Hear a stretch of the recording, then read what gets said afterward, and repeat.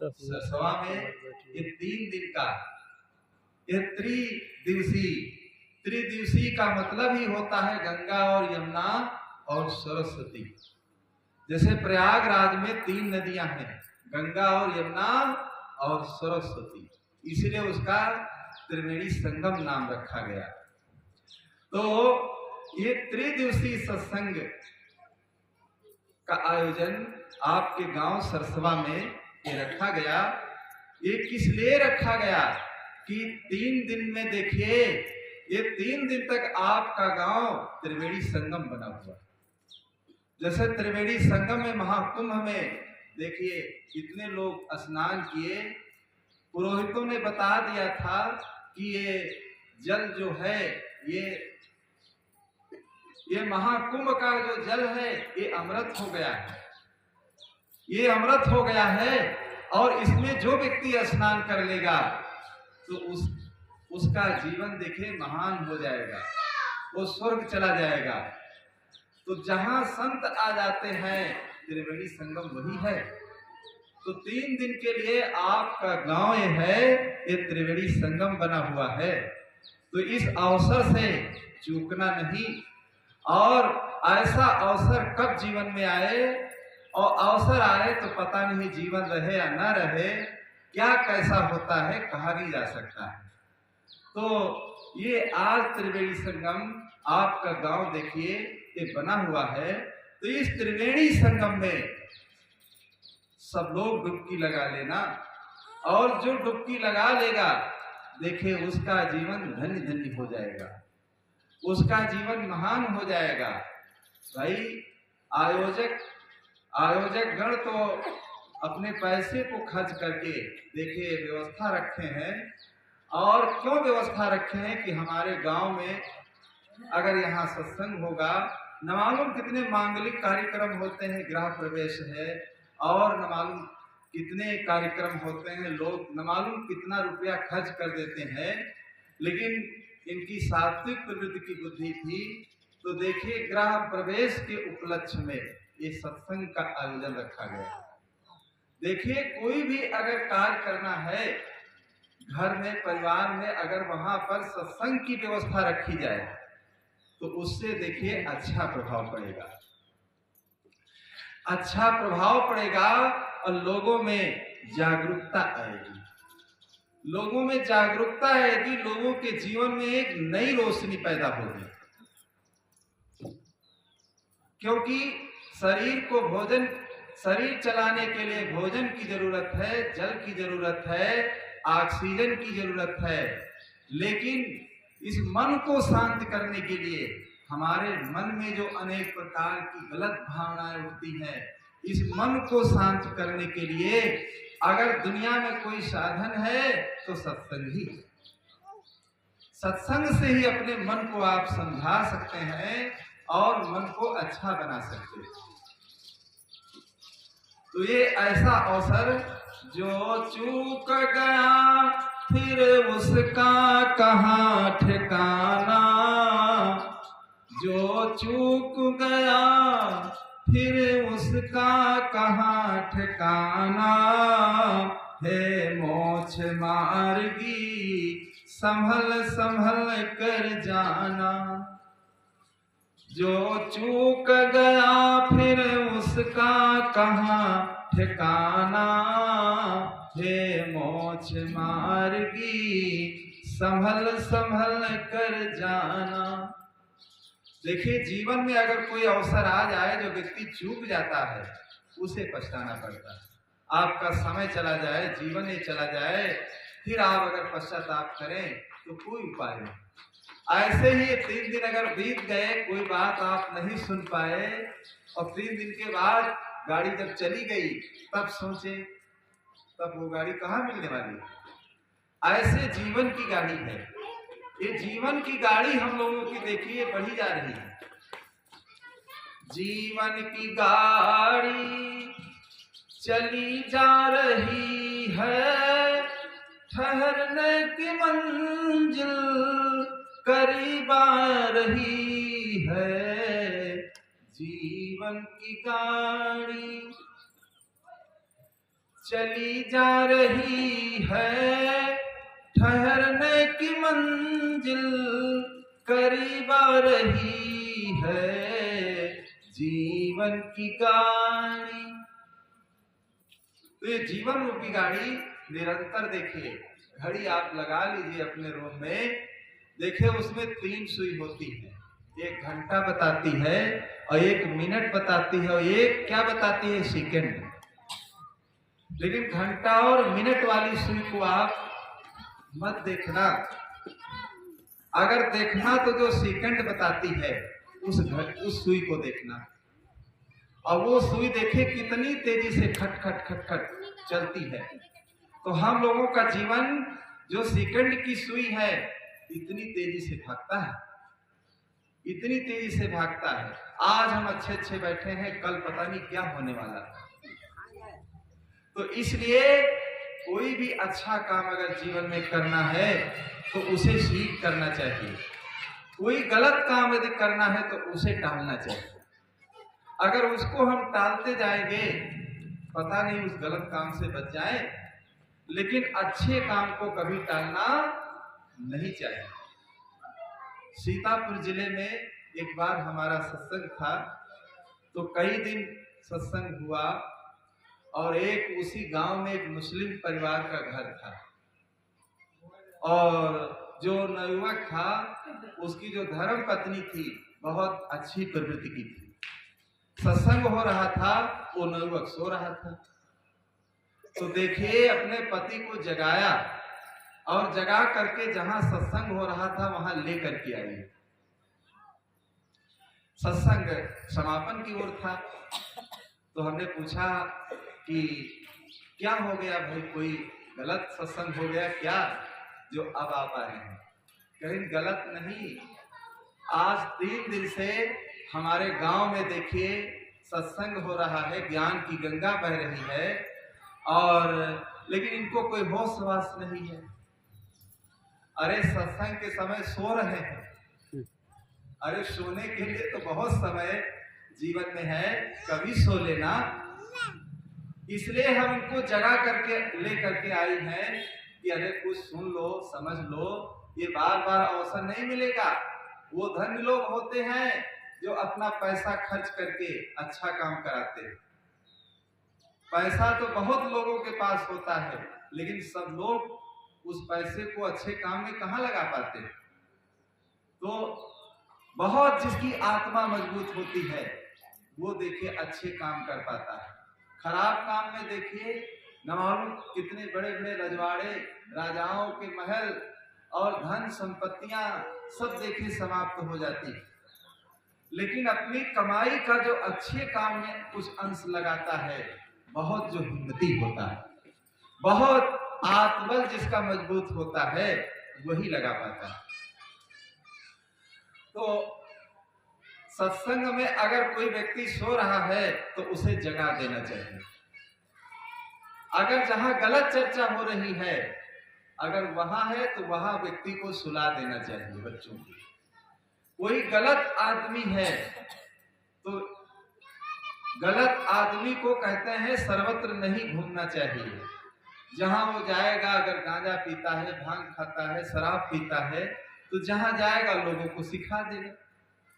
लेकिन अगर कोई अच्छा व्यक्ति है तो उसे एक जगह नहीं रहना चाहिए, उसे एक जगह नहीं रहना चाहिए, उसे पूरे भारत में घूमते हुए रहना चाहिए। क्योंकि जहां वो व्यक्ति जाएगा तो अपनी खुशबू फैलाएगा, अपनी खुशबू फैलाएगा, लोगों का कल्याण करेगा, लोगों को जागरूक करेगा। तो हम लोगों का जहां आना जाना होता है, एक जगह हम लोग गए, बाराबंकी जिले की बात है, को पूरी मिठाई बहुत खिलाया पिलाया, सेवा किया और फिर बढ़िया सबकी चारपाई बिछा दिया कि सब लोग सो आराम करो। और 8 बज गए, कोई नहीं आया, सब अपने बातचीत भीतर कर रहे थे। तो हमने कहा क्या सत्संग नहीं होगा क्या? कहीं यहाँ कोई सुनने वाला साहब नहीं है सत्संग, और यही सेवा के लिए हम बुलाए थे तो कर ही लिए, आप लोग सो आराम से। तो हमने कहा देखिए कोई ना आए, परिवार में जितने लोग हो, 5 लोग 7 लोग, जितने लोग हो उतने लोग बैठो, कोई आए चाहे ना आए। देखिए पुराणों की कथाएं, न मालूम कैसी कैसी कथाएं होती है श्लोकों में, तो जो व्यक्ति करवाता है वही अपना बैठा रहता है, सब अपना काम काज करते रहते हैं। भाई उसने करवाया है तो उसको तो बैठना ही पड़ेगा, इसलिए तो गांठ जोड़कर बैठाया जाता है, हट नहीं सकते तुम इधर उधर। तो कहने पर तब वो लोग बैठे सत्संग में। हमने कहा देखिए बुलाए हो तो कुछ न कुछ सुन लो, कुछ न कुछ अच्छी बात जीवन में ग्रहण कर लो, और अगर सत्संग न करना हो, बैठना न हो, सीखना न हो तो हम लोगों को मत बुलाना। इतनी दूर से हम लोग खाने पीने के लिए समय नहीं है हम लोगों के पास। हम लोग देखिए इस समाज को अच्छी दिशा देने के लिए निकले हैं, अच्छी दिशा देने के लिए, अच्छी रोशनी देने के लिए। कोई एक व्यक्ति अगर समझ जाएगा, गलत काम करना छोड़ देगा, ये सत्संग कराने का समझ लो ये काम सफल हो जाएगा। तो ये सत्संग इसीलिए लाभकारी है, इसीलिए गुणकारी है, इसीलिए गोस्वामी जी ने सत्संग की महिमा देखिए बहुत गाई है कि मुद मंगलमय संत समाजो, और जो जग जंगम तीरथ राजो, और बट विश्वास अचल निज धर्मा, और तीरथ राज समाज सुकर्मा, तीरथ राज समाज सुकर्मा। देखिए गोस्वामी जी ने सत्संग की महिमा क्या गाई। रामायण बहुत लोग पढ़ते हैं और हर घर में रामचरितमानस रखी होगी, सब लोग पढ़ते हैं, अखंड पाठ भी करते हैं, लेकिन गोस्वामी जी देखिए क्या लिखते हैं कि मुद मंगलमय संत समाज, और जो जग जंगम तीरथ राज। वो संत समाज को तीर्थ बताते हैं, जो ये संतों का समाज है यही तीर्थ है। तो 3 दिन के लिए स्थान जो है आपका गांव तीर्थ बन गया है, ये तीर्थ बन गया है, संतों के यहाँ चरण पड़ गए हैं। ये गांव तो पहले से ही धार्मिक रहा है और बहुत कथाएं पौराणिक यहाँ पर बहुत पहले से होती रही है, और गांव बहुत अच्छा है।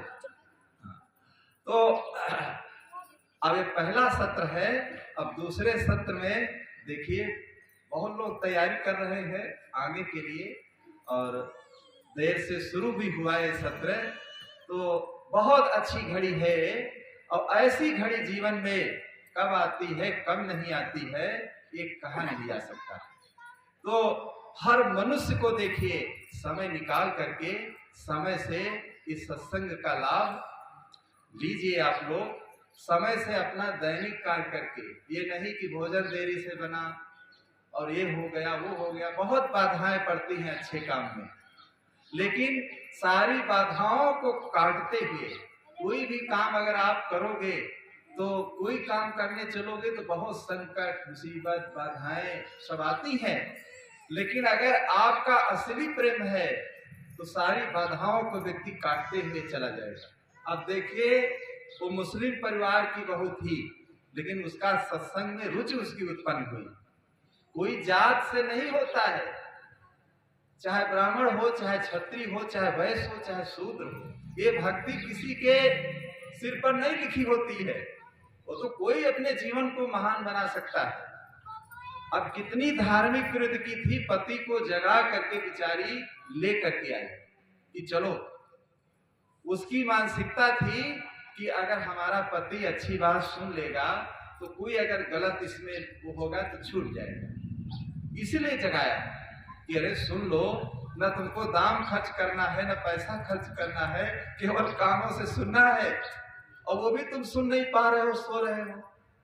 तो सत्संग के समय भाई जरूर जल्दी से काम अपना फुर्सत लेकर के, सत्संग में जैसे विद्यार्थी को पाठक्रम पढ़ाया जाता है, पढ़ने लिखने वाले बच्चे सतर्क रहते हैं, समय पर वो तुरंत हाजिर हो जाएंगे। तो ऐसे ही ये सत्संग भी देखिए एक ऐसा कोर्स है जीवन का जो हर पहलू पर इसमें प्रकाश डाला जाता है। तो सभी व्यक्तियों को देखिए सत्संग का रसास्वादन करना चाहिए और रसास्वादन करके अपने जीवन को धन्य धन्य बनाना चाहिए। आइए 2-3 चौपाइयां हैं, आप लोग कहें और फिर एक कथा यहीं पर विराम की जाती है। आई है भक्ति लहरिया हो, सब मिलकर नहाए लो। आई है भक्ति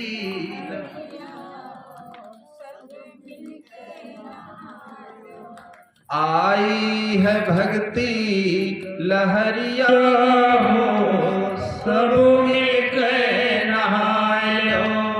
आई है भक्ति लहरिया हो, सब मिलकर नहाए लो। आई है भक्ति लहरिया हो, सब मिलकर नहाए लो। आई है भक्ति लहरिया हो, सब मिलकर नहाए लो। गंगा जिनके चरणों में निकली, गंगा जिनके चरणों में निकली, चाहती है पग की धुरिया हो, सब मिलकर नहाए लो। चाहती है पग की धुरिया हो, सब मिलकर नहाए लो। आई है भक्ति लहरिया हो, सब मिलकर नहाए लो। आई है भक्ति लहरिया हो, सब मिलकर नहाए लो। ब्रह्मा विष्णु हाथ को जोड़े, ब्रह्मा विष्णु हाथ को जोड़े, ब्रह्मा विष्णु हाथ को जोड़े। ब्रह्मा विष्णु हाथ को जोड़े। शंकर बने हैं भिखरिया हो, सब मिलकर नहाए लो। शंकर जी बने हैं भिखरिया हो, सब मिलकर नहाए लो। आई है भक्ति लहरिया हो, सब मिलकर नहाए लो। आई है भक्ति लहरिया हो, सब मिलकर नहाए लो। कामा क्रोध मद लोभ को जीते, काम क्रोध मद लोभ को जीते, माया है उनकी कहरिया हो, सब मिलकर नहाए लो। माया है उनकी कहरिया हो, सब मिलकर नहाए लो। आई है भक्ति लहरिया हो, सब मिलकर नहाए लो। आई है भक्ति लहरिया हो, सब मिलकर नहाए लो। काया काशी में पारख गुरु है, काया काशी में पारक गुरु है। कहते हैं संत पुकरिया हो, सब मिलकर नहाए लो। कहते हैं संत पुकरिया हो, सब मिलकर नहाए लो। कहते हैं संत पुकरिया हो, सब मिलकर नहाए लो। कहते हैं संत पुकरिया हो, सब मिलकर नहाए लो। आई है भक्ति लहरिया हो, सब मिलकर नहाए लो। आई है भक्ति लहरिया हो, सब मिलकर नहाए लो। आई है भक्ति लहरिया हो, सब मिलकर नहाए लो। आई है भक्ति लहरिया हो, सब मिलकर नहाए लो। तो देखिए सब सब लोग मिल करके। और कोई भी काम है सब मिलजुल करके देखिए जब करते हैं तो बहुत अच्छा लगता है। हाथ में 5 उंगलियां होती है लेकिन एक उंगली से कोई काम होने वाला नहीं, और जब 5 उंगलियां लगा दी जाती हैं तो देखिए बड़े से बड़े काम हो जाते हैं। तो ऐसे ही मिलजुल करके और सब लोगों को देखिए अच्छे काम में हाथ लगाना चाहिए, मिलना चाहिए। दान देखिए 3 प्रकार से होता है, तन से, मन से और धन से। ये बहुत अच्छा काम देखिए हमारे भक्त मुन्ना सिंह और शेर सिंह ने किया, जो अपने कमाए हुए धन को देखिए सार्थक बनाने के लिए ये सत्संग की व्यवस्था रखी और एक पूरे गांव के लिए व्यवस्था रखी गई है। ऐसा नहीं, अगर ऐसे ही होता तो अपने घर में ही बुला करके हम लोगों को कर लेते और ये सारी व्यवस्था करने की क्या जरूरत थी। तो ये सबके लिए व्यवस्था है, ये सबका कार्यक्रम है, कोई एक का नहीं। सब लोग मिलजुल करके इस भक्ति रूपी गंगा में स्नान करिए और अपने जीवन को धन्य बनाइए। बोलो सद्गुरु देव की।